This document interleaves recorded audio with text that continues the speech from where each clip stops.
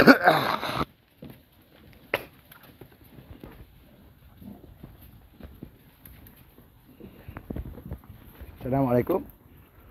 26 bulan 9 2025.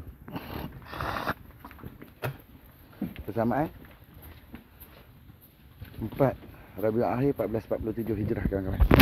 Kita dalam kandang kawan. Alhamdulillah. Alhamdulillah. Ni nak tanya satu kejadian hak dekat Masjid Ahmad Shah tu, yang perempuan tu. Fatin Nasuha atau Azhar Aziz yang teman kata dia nak teman pergi ke masjid tu. Lepas pada tu kereta saya hilang. Yang ada dia buat fitnah kepada isteri saya perempuan. Dia kan bawa nak teman dekat masjid ke apa benda tu. Kata ada anak lah tu. Budak Azhar Aziz tu kan bawa dalam statement dia cara terbuka dalam tu. Dia kata ada anak dengan aku. Sejak bila aku kahwin dengan kau? Kenapa kau nak kena ganggu aku dekat kampung? Dekat Lancang gitu. Kenapa kau nak masuk dalam rumah aku, ada anak bini aku dekat situ?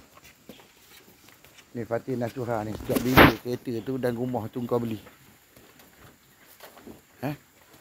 Kau buat cerita. Aku tak tahu apa benda bapak-bapak korang ni sembang dekat geng-geng kaki sembang dekat Lepoh Hilir ni, kedai kopi ni. Dekat Bandar Kuantan, dekat macam mana saya ni buat satu siasatan penuh kepada tokan besar dadah kan jenis ganja dekat Kuantan ni, tiba-tiba saya pula dia kena fitnah. Dia tuduh dekat situ.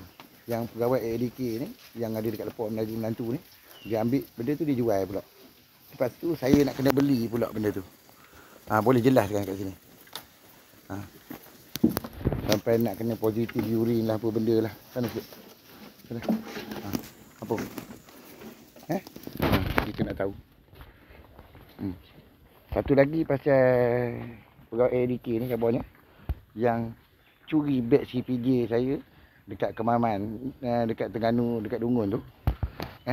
Lepas pada tu ditangkap dekat Kemaman. Beg berada dengan dia. Ada heroin apa, ada kokain dalam beg tu, OKU tu. Kita nak tahu apa tindakan polis, apa tindakan mahkamah. Bukan tindakan polis, polis dah tangkap dah, tinggal tindakan mahkamah. Okey. InsyaAllah, mudah-mudahan tolong jawab. Terima kasih. Kita jumpa lagi next video, InsyaAllah.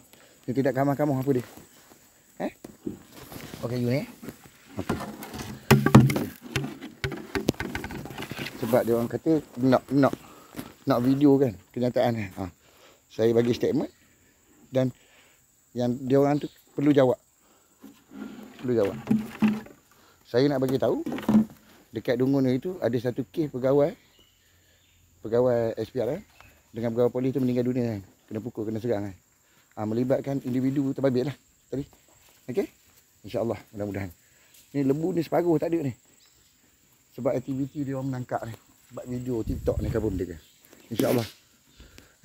InsyaAllah. Polis tolong ambil tindakan. Terima kasih. Kita jumpa lagi next video.